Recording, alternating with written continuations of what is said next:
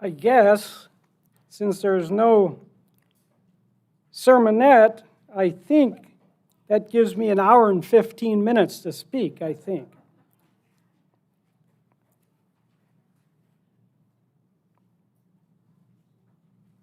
If I can get this timer going, there we go.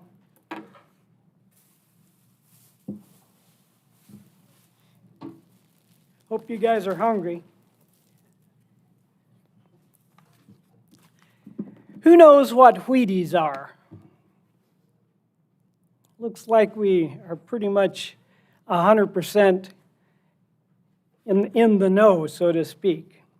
Wheaties are partially responsible, and maybe all responsible for this loaf of bread. Now you might ask, how could that be? Well, we're not talking about the Wheaties that come in a box. I'm talking about another kind of Wheaties, and you might have thought that this was a trick question or not a straightforward question anyway. Starting in the spring of the year, in about mid-April, wheat starts to ripen from the south in Texas at about 100 miles per week further north each week till it gets all the way up to North Dakota and Montana and into Canada. In the 20s and 30s, a group of people called Wheaties started to do custom combining for this. Now let me just sort of give you a little background on this. In the 1800s, a man named Cyrus McCormick invented a wheat or a grain reaper, a harvester, a grain harvester, a grain reaper. And I know when I was growing up as a kid, we still used that one because they were the first ones were horse-drawn. And all they did is cut the wheat, tied them into little bundles, little sheaves, and then we'd take them and make them into what's called shocks. And the last couple of weeks, I've been riding around Holmes County some, and there's still, the Amish aren't doing that as much as they used to, but they still are doing that. Some of the lower order, especially of Amish, are still making the shocks. Takes 9 sheaves of wheat to make a shock, and they shock them up, and there can be hundreds of them in a field depending on the size of the field. And it's always gladdens my heart to see that, mainly because I don't have to do it. I used to do that, and that was one of the things, along with husking corn, that I did not like on the farm. It's hot, it's dusty, and it's a lot of work in long days of doing it. And I know 1 or 2 people here that have done it, so besides myself.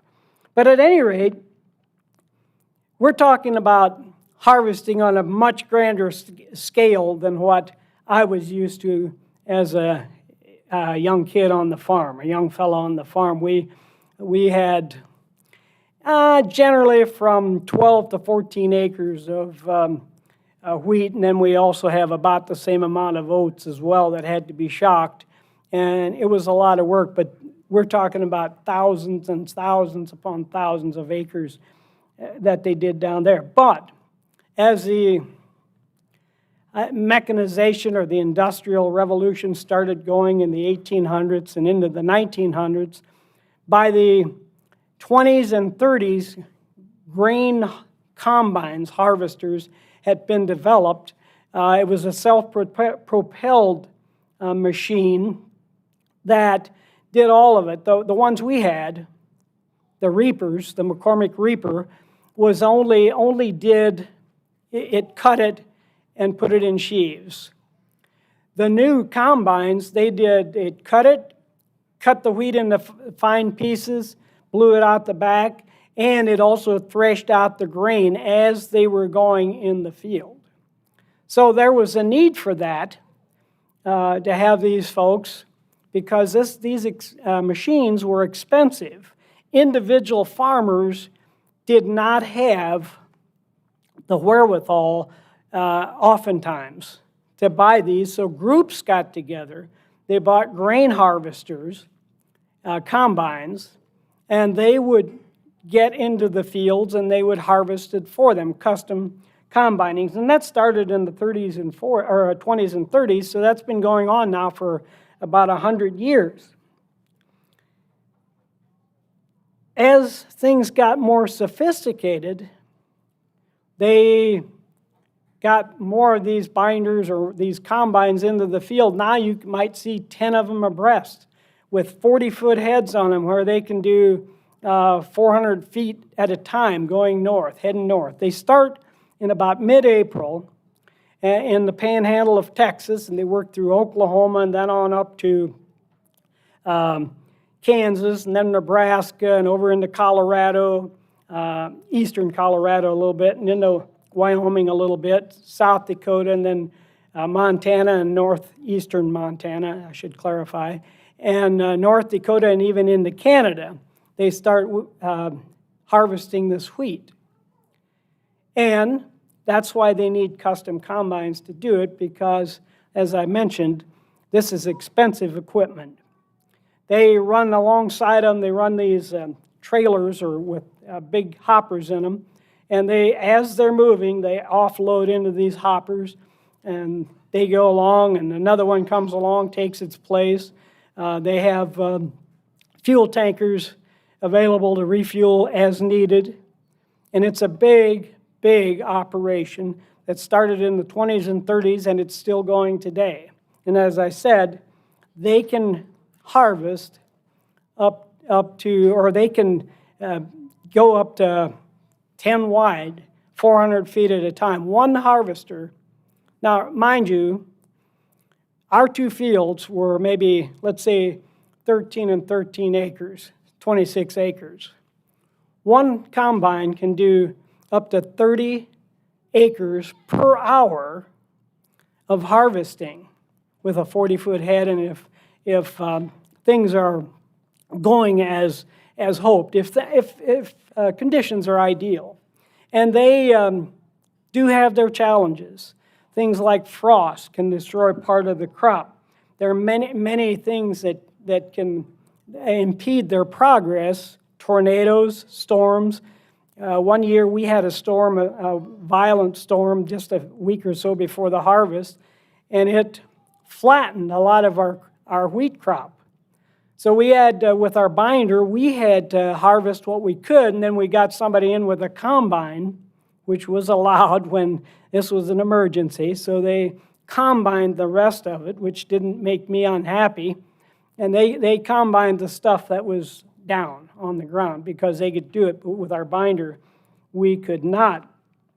But there's, as I mentioned, frost, drought, tornadoes, all kinds of storms that can impede the progress. And here in the year 2017, the biggest wildfire was not in the woods, in the forest. The biggest wildfire was in eastern Montana, and it was on prairie, the Great Plains, part of the Great Plains, on prairie land, and it consumed 270,000 acres of prairie and wheat and other grains as it moved along. And you could see we're in a ripe field of grain. If a fire started, lightning hits or something, if a fire started, wouldn't take long for that to spread like, as they call it, wildflower or fire. In the latest marketing year of 2022 and 2023, there were 1.65 billion bushels of wheat harvested on 35.5 million acres, which was enough to make 69,300 million of these loaves of bread. Now that's a lot of bread. That's a lot of flour and a lot of bread, and I know there's lots of other things in this loaf of bread besides just flour, but flour is the dominant ingredient in bread. I wonder if I could talk somebody into getting me a bottle of water. But anyway, this loaf of bread comes from those Wheaties, as they're called. They've been called that ever since they started, Wheaties, doing this. And that's a lot of bread. But, thank you. Okay, thank you. Thank you.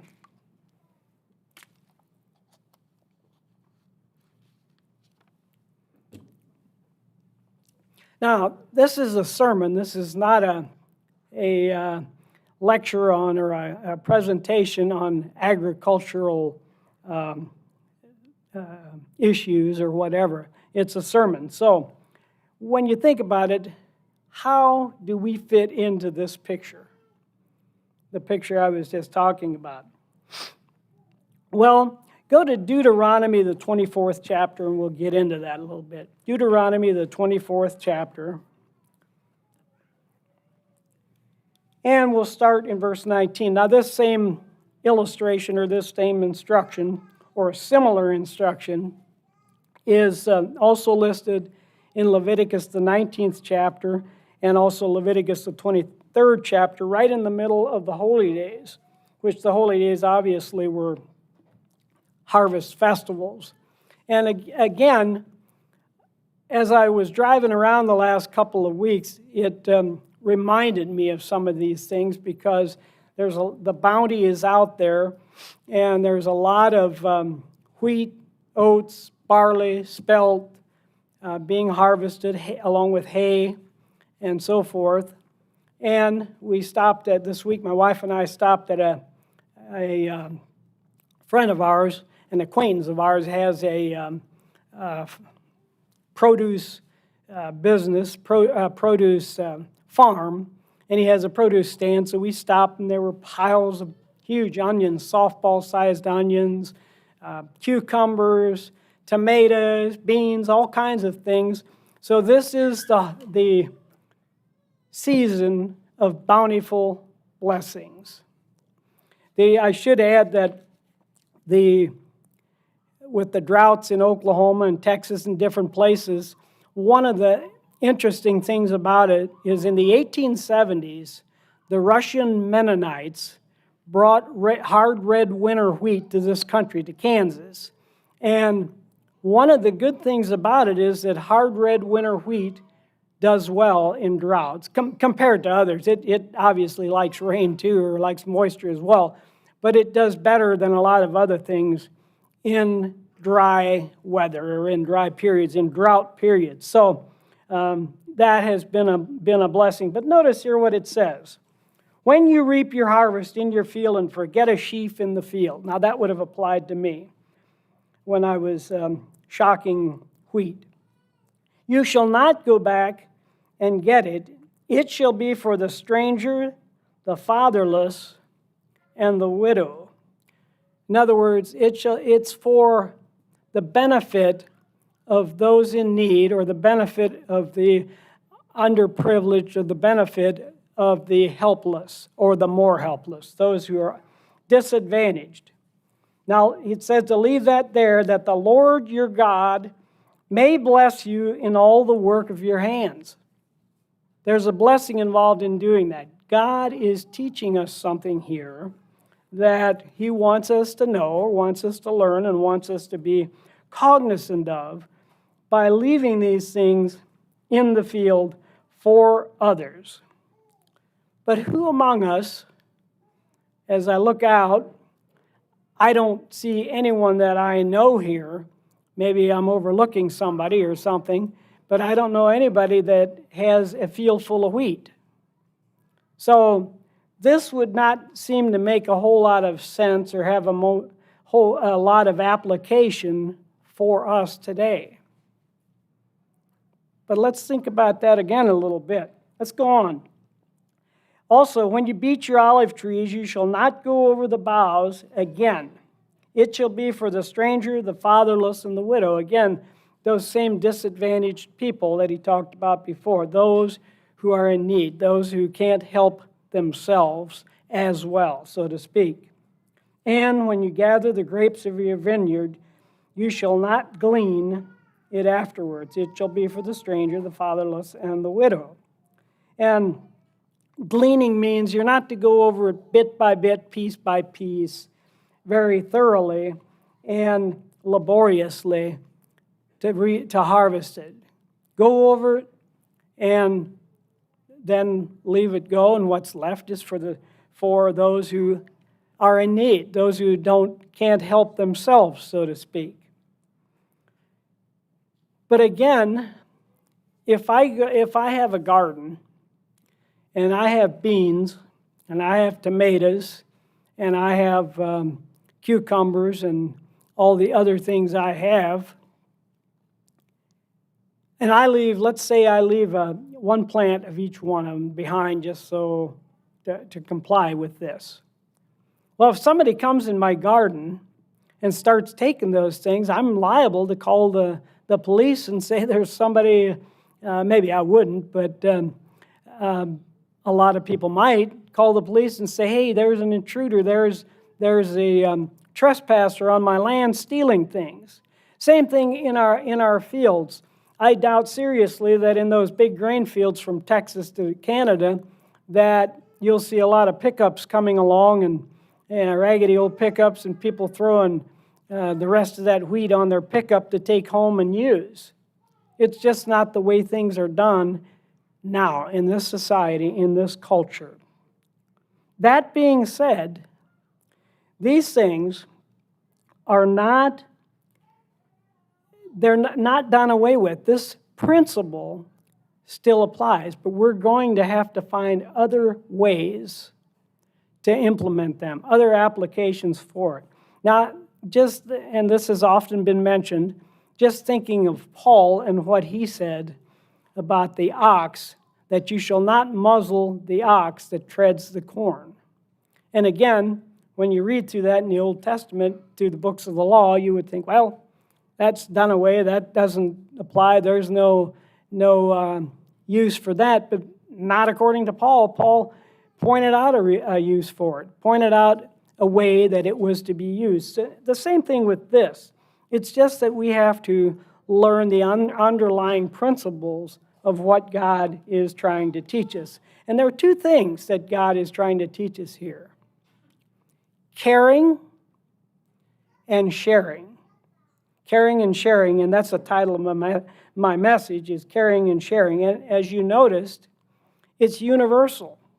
It applies to the stranger, to the fatherless, and the widow. It's not just for necessarily the people here or the people that live right next to me. It can apply to anybody. So it's a universal application or principle that we should keep in mind. Today, in the middle of all this abundance that we have, even though it hasn't rained in a few weeks, things are still growing. People are watering their gardens. They're watering their fields. The fellow that we went to and saw and got some onions and cucumbers and tomatoes, he's watering his field. He did say he could use water for his sweet corn and for his potatoes, but everything else does pretty well just being watered. But in the middle of all this abundance, how do we apply this particular instruction, this particular admonition here, to leave it for the fatherless, the widow, and the stranger, from the abundance that we have? God's not asking us to give things, just as he wasn't in Deuteronomy 16:16, where he talks about offerings. He's not asking us to do things that we don't have. And we'll see in a little bit a few things that pertain to that. In fact, we'll go there now. Paul gives a great example of God's graciousness and the power of sharing, the power of giving. In 2 Corinthians, it's in 2 Corinthians 9, but we're going to look at something real quick in Acts, the 11th chapter first, on our way to 2 Corinthians.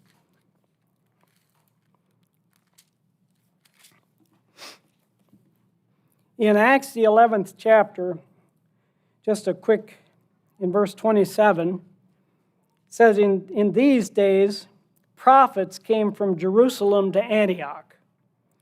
And one of them, named Agabus, stood up and showed by the Spirit, he was inspired by God's Spirit to do this, that there was going to be a great famine throughout all the world,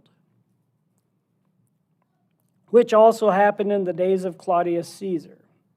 Then the disciples, each according to his ability, again, you'll notice here, each according to his ability, determined to send relief to the brethren dwelling in Judea. This they also did and sent it to the elders by the hands of Barnabas and Saul. And I just bring that up to use that as an example of this might have been what was causing part of the problem in that Paul was addressing in 2 Corinthians, the 9th chapter. In 2 Corinthians 9, he was addressing a need that the poor saints in Jerusalem had. They were poor. And perhaps they were poor partially because of the drought that had happened or taken place in Judea. Perhaps. It's not totally specified, and I don't think this particular occasion was exactly related to that, but it could have been an underlying causing issue. It said in verse 1, chapter 9, 2 Corinthians. Now, concerning the ministering to the saints, he says, so that's what he's talking about, ministering or serving the saints. We'll drop down to verse 5, and here what we're going to see here is an underlying principle of giving, godly giving,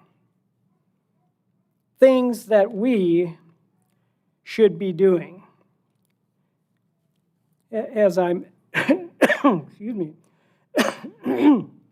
as I mentioned, these are the things that we might see as they saw here from the problem that they had in Acts, where there was a prophetic message that there was going to be a drought, or there was going to be a famine. It might have been caused by drought, probably was, but it doesn't really say, but it probably was.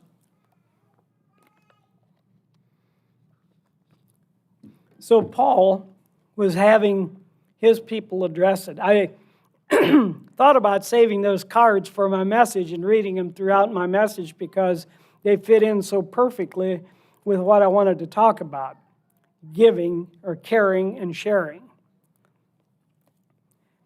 He says in verse 5, excuse me, therefore I thought it necessary to exhort or encourage the brethren to go to you ahead of time and prepare your generous gift beforehand. And here he's building them up a little bit because he had told those in Macedonia about the great willingness that they here in Achaia were willing to give to them, and he wanted to make sure that he wasn't embarrassed and they weren't embarrassed after he had promised that they would be so generous. He wanted to exhort the brethren to go to you ahead of time and prepare your generous gift beforehand, which you had previously promised, that it may be ready as a matter of generosity and not as grudging obligation. Again, you don't have to do this if you want to do this. You don't have to if your mindset is, I want to. Grudging obligation here, there's a little thing here that we can keep in mind as well. It actually, the underlying meaning is covetousness. So it shows that we actually can covet our own stuff, our own things, if we're not willing to use those things to help others, if we're not willing to let go of those things to help others. Verse 6, but this I say, and here's where the principle of giving becomes highlighted. This I say, he who sows sparingly will also reap sparingly. And it makes sense. If you put out 20 seeds, you can't expect to harvest from 50 plants because you're sowing sparingly and that's what you're going to reap. And he who sows bountifully, if you put 60 in, you probably have a better chance of reaping from 50 plants. He who sows bountifully will also reap bountifully, generously. Verse 7, so let each one give as he purposes in his heart. So we think about it. Something comes up, and we look and see what kind of resources we have, and we give out of our resources. We purpose in our heart, this is what we're going to give, or this is what we can, not grudgingly or of necessity, for God loves a cheerful giver. We know that. God loves a cheerful giver. He likes, the attitude is important. I know in years past, attitude was stressed a lot in the church, and we were always encouraged to have a good attitude in all that we do, especially in godly things. Now, obviously, if it's not right, we don't want to have a good attitude about that. Verse 8, God is able to make all grace abound towards you, that you always having all sufficiency in all things may have an abundance. Why? For every good work. God will make sure that if you're a generous person, that God will make sure that you have out of your generosity to give and share with others, that you can care and that you can share with others. God promises. As it's written, and this is about the righteous, it's in Psalm 112 is where this is quoted from. As it is written, he has dispersed abroad, that's the righteous, and he has given to the poor. His righteousness endures forever. Our righteousness will follow us long past this life, in other words. Now, verse 10, may he who supplies seed to the sower and bread for food supply and multiply the seed you have sown and increase the fruits of your righteousness. This, again, that is the principle of giving that God has put in place. If 0 times 100 is 0, but if we give something, let's say we give 10, if that's multiplied by God times 100, that's 1,000. So unless we do our part, God can't multiply it, but it says that he will. He supplies seed to the sower and bread for food. He will supply and multiply the seed you have sown and increase the fruits of your righteousness, while you are enriched in everything for all liberality, which causes thanksgiving through us to God. Would you not like to have your name lifted up in thanksgiving to God by others for the good things that I have done or the good things that you have done? Of course we would. I appreciate when other people pray for me. And again, God will multiply what we do. It's just a principle that he has stated and promised to do, and he will do it. He does it all the time. In a list of actions that Paul, it's in Romans 12, and we'll just look at it real quickly. Romans 12 and verse 13. In a list of actions that Paul admonished us to do, one of the things is, in verse 13, he lists a number of things, but one of the things in verse 13 is distributing to the needs of the saints. In other words, we are God's helpers. If we're not doing for others, then we're not helping. If we're not making up our minds that we are going to help others or do things for others, then we are not helping. All that said, what can I do? What can we do? There are many of us, some of us have more resources than others. Some of us have very little, but all of us have a lot more resources than we might think when we first think about it. So unless I start distributing this loaf of bread, these slices of bread, what good is this loaf of bread if I don't take them and pass them out? Now, I could throw them out there like they do T-shirts at the baseball game, but I'm not going to. First of all, my arm's not that strong anymore, and secondly, I don't think it's very accurate either. So I won't do that, and I'll see if I can do this without them dropping out and falling on the floor. But unless we start distributing these slices of bread in this loaf, no matter if we do have 69,300,000,000 loaves of bread, unless we use them for the proper purpose, and unless we give them away, or unless we distribute them and share them with others, unless we feed the hungry, what good is it? Not very much. What good am I doing unless I start doing that? Not very much. We can look at this loaf of bread all day long, and it's not very much among, as I mentioned, 69 billion, but it can have its effect. As God said, I can multiply it. If you give it away, I can multiply it, and I will multiply it. James had a great illustration of this in James, the 2nd chapter, in verse 15 and 16. James, as has often been mentioned, is very pragmatic. James has some of the most practical things in his book outside of the book of Proverbs, probably the most practical in the New Testament.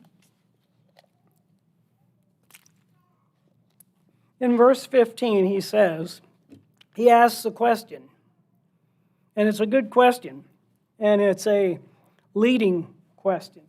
If a brother or a sister is naked and destitute of daily food, and he comes to my door, he knocks on my door, and he says, Freeman, I'm hungry. Freeman, I need shoes. Freeman, I need a coat, and it's winter. And and I say, hey, depart, be warm, be filled, but I do not give them the things which are needed for the body. What does it profit? Now, that man might have been praying, that person that came to my door may have been praying for food, a coat, or shoes, and maybe, I could pray for him or with him about that too, but maybe God was saying, Freeman, you are supposed to be the answer to that man's prayer when he knocks on your door. Maybe you're supposed to be the answer that he's looking for. Giving him a pair of shoes, or giving him something to eat, or giving him a coat to keep him warm. Maybe that's what God wanted when that happened. But as James said, what good is it if I just say, be warm and be filled, I'll pray for you? Doesn't really help him all that much, now does it? Isn't our religion supposed to help, or our beliefs supposed to help with those kind of things? Isn't that what we're here for as God's helpers or God's agents? Isn't it to help those in need? Notice Isaiah, the 58th chapter. Isaiah 58. And Isaiah has in 58 has quite a bit of good things to say. It talks about how to keep the Sabbath and so forth. But it talks about a religious act in verse 6 of the religious act of fasting. He said, what's the purpose of this? Isn't it to loosen the bonds of wickedness, to undo the heavy burdens, to let the oppressed go free, and that you break every yoke? Verse 7, is it not to share your bread with the hungry, and that you bring to your house the poor who are cast out, when you see the naked, that you cover them? Is that not what it's for? Is that not what our religion and our training is for? And I want to just pause at this point and interject something a little bit. This is food. But this is not just talking about food. It's talking about other needs as well as food. It's talking about physical and spiritual needs as well as food. Food's part of it, but there's more to it than that. In Deuteronomy, the 24th chapter, the principle that he was advising there or showing there was not just about food. It's a way. It's something beyond food that we can do. It's other ways that we can care and that we can share. In Ecclesiastes, the 11th chapter,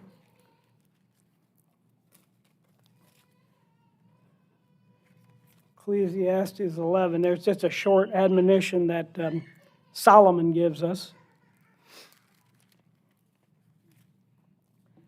Verse 1, it says, "Cast your bread upon the waters, and you will find it after many days." It's that same, going back to that same principle. God will bless you, as he said in Deuteronomy, the 4th chapter. God will bless us for doing those things, for helping people. Casting our bread on the water, and after many days, it will return to us. When Christ told Peter in John, the 21st chapter, "Feed my sheep," was he just talking about food? He told him 3 times, but obviously he was talking about a lot more than just food. Food can be, was, and probably is part of it, but it's not the whole thing. Food is only part of it. It's not everything. We used to hear many years ago, and I know there are lots of you here that will remember this, one of the things we heard all the time was that there are 2 ways, the way of give and the way of get. Now, I don't remember hearing that as much for a while, but that is still the case, the way of give and the way of get. And as it said, it was started all the way back in the Garden of Eden. And we are supposed to be those of the way of give. That's what we're supposed to be. And it extends a lot further than just a little bit of grain in the corners of our field. In Deuteronomy, it says, if you forget a sheaf, but in Leviticus, it says, don't go all the way out to the corners of your field. Leave a little bit for others. And that's pretty easy because as I think about it, it's a lot easier to go make a little bit of a circle on the corner than it is to try to get everything out to the edge, and that's what it was talking about. But again, it's a lot more than just food. It has the whole being in mind, everything. And again, as I mentioned a little bit ago, we have a lot more to offer than we might think. And it's manifested in how we interact with other people and with others. Not just physical things, but it's physical things are a large part of it as well, including food. But I'm just going to mention a few things that we can do, or how it can manifest itself in our life, that we can easily do. I don't have time. We hear that a lot. I say it. I don't have time. I wish I could, but I don't have time. And like I say, the finger points at me here because I'm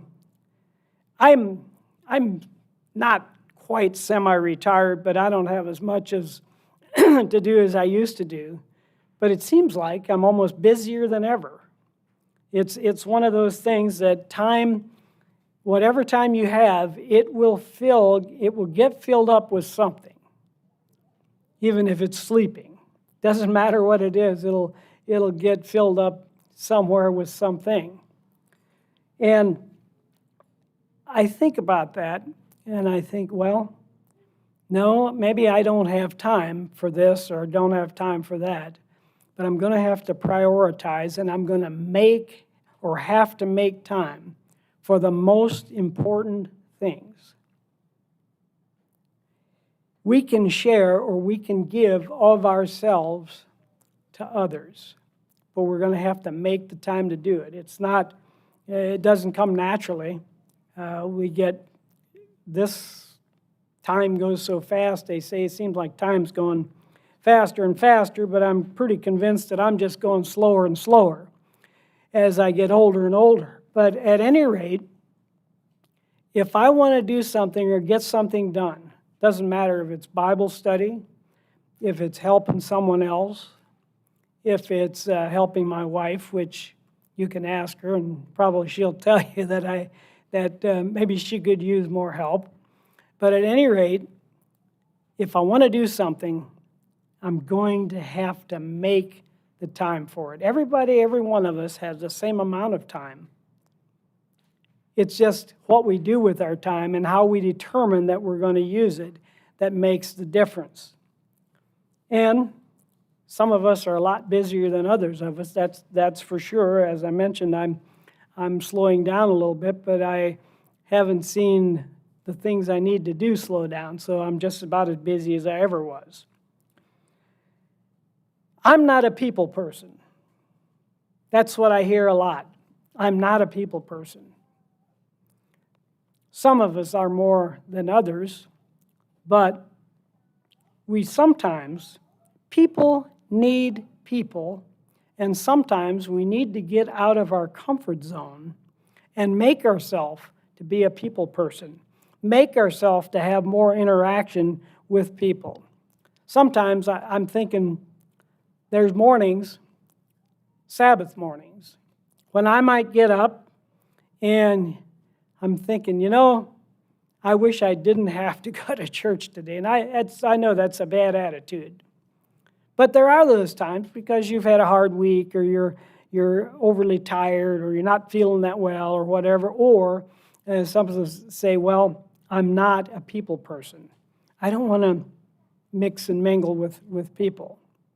But again, we need to get past that and get past our feelings of not or thinking we're not a people person, because once we get started, we can be a people person. Each one of us can. It's not that hard. We can interact, and you'd be surprised. I'd be surprised, sometimes I am. When people start asking things, we know more than we think we do. Somebody asks me something, and all of a sudden I realize that, hey, I have some kind of a solution or an answer to that I never thought about. And I thought I didn't have much to offer, but maybe I do, more than I think about. I don't have anything, money or food or whatever. I have nothing. I can barely take care of myself. That's another thing that we hear sometimes. But what about my whole basement full of stuff that I'm stumbling over all the time? I have a lot more things than first of all, than I need, and secondly, more things than I sometimes think I have. Most of the time when I want something, I can't find it because it's buried in all that stuff I don't know what is. But that happens a lot. And we probably are all to some degree like that. And if you don't think so, help somebody move sometime. If you need stuff, help somebody move sometime. Because what happens is, when you help somebody move, they find things that are stuck here, stuck there, stuck everywhere. They can't take it along. We lived for years, number of years. We lived in a double-wide house or a manufactured home behind the place where we live now.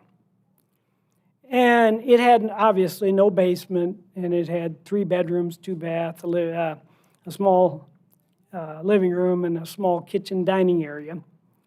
So we bought this house that's in front of us now on the main street. Bigger house, has a basement, had an attached garage, which is now a family room, but it had an attached garage, and you know what? The stuff from our small mobile home or our small double-wide would not fit into that house. We had to get rid of some. I don't know where it all came. It seemed to multiply. Some of that stuff we could give away. Others might need it. So we have more resources, whether it's physical things and sometimes money or food, than oftentimes we might give ourselves credit for. And we have more knowledge than we give ourselves credit for.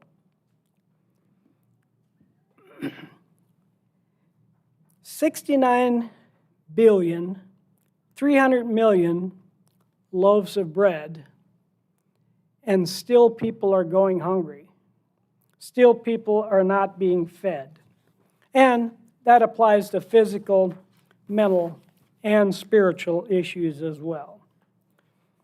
But again, God is teaching us a way, or maybe I should say the way of life. That's the purpose of why we're here, what we're supposed to be learning, what we're supposed to be doing.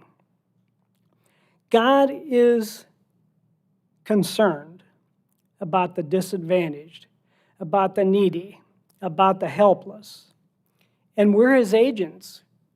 We're His helpers to get them fed, to get them clothed, physically, spiritually, mentally. Now, we can't do everything everywhere, but we can change our little corner of the world. We can't make a difference everywhere, but we can make a difference in our little corner of the world. We can do that. We can affect that. It doesn't matter if the Wheaties who are harvesting wheat or harvest from Texas to Canada, if the hungry are not getting fed, if they're not getting part of it, if they're not getting part of my loaf of bread. It doesn't matter how many people or how many loaves of bread there are if those who need it are not getting part of it, if those who need it are not being affected by what I have and what I can do. Doesn't matter that all those are out there. Paul says in Galatians, we won't turn there, Galatians 6, 9 and 10, says, let us not grow weary in well-doing, in doing good. But as we have opportunity, let us do good to everyone. Let us do good to everyone. And opportunity is everywhere. We don't have to look very far for opportunity. We see opportunity all the time, everywhere. Somebody needs a shoulder to cry on. Somebody needs a little bit of a hand up. Somebody needs something that we have and we can supply and that we can help with. Let's not stop, or let me put it another way. Let's not stop what we can do by the things we can't do. Let's not stop doing what we can do just because we can't do everything. Because we can do a lot. We can't do everything, but we can do a lot. And I'm going to close here with a story that it's about two Amish girls.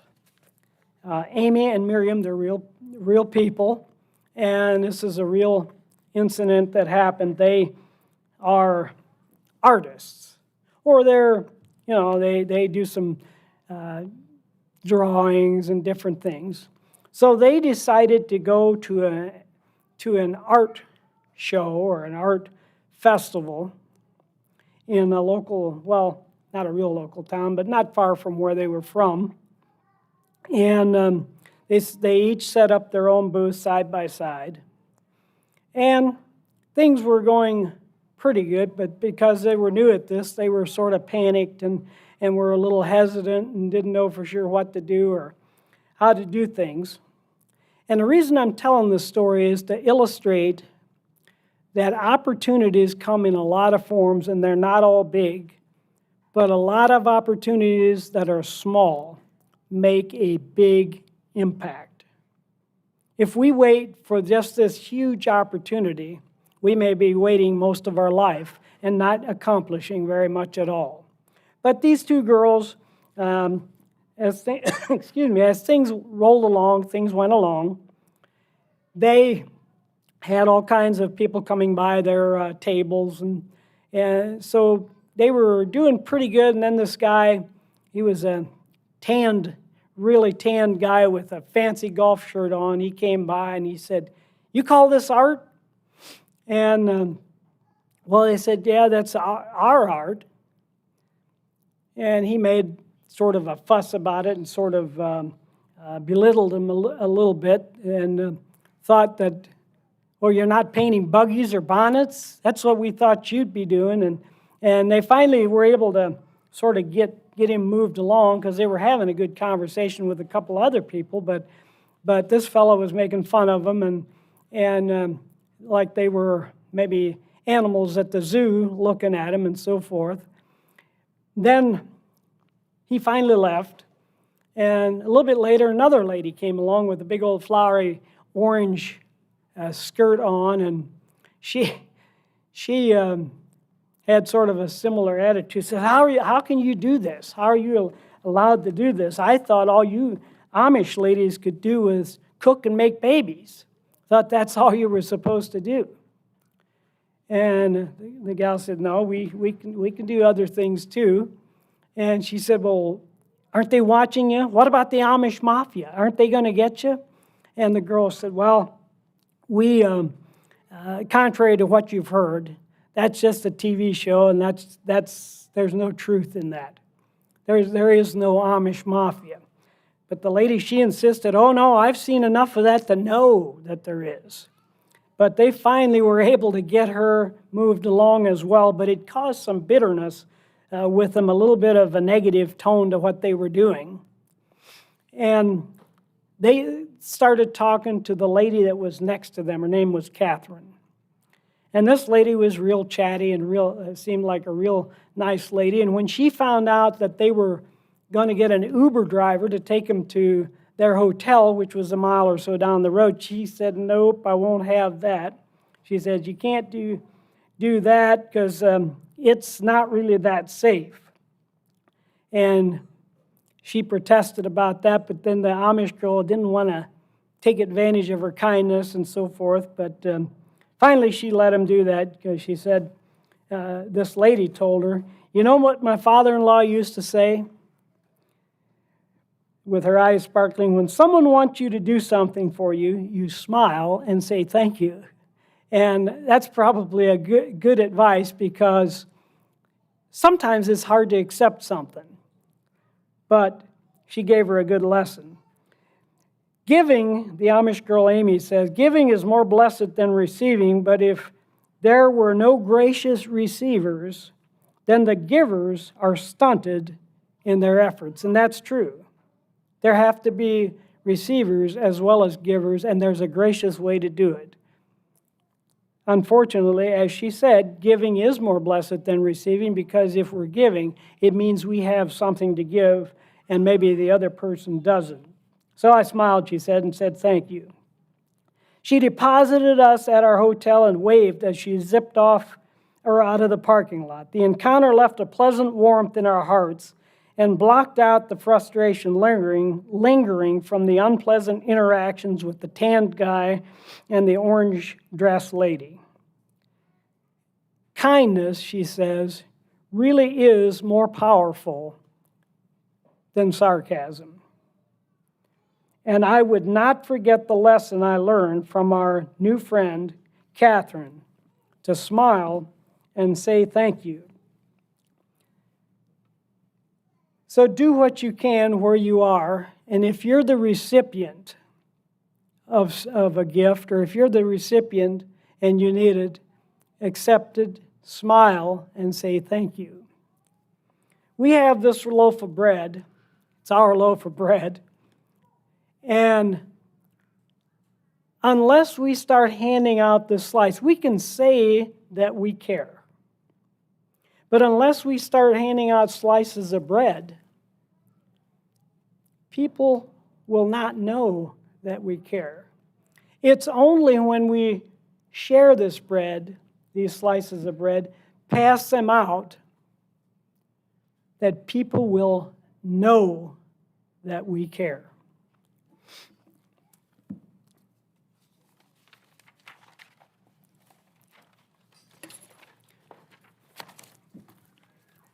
I'd better gather up my bread or Mark might eat it.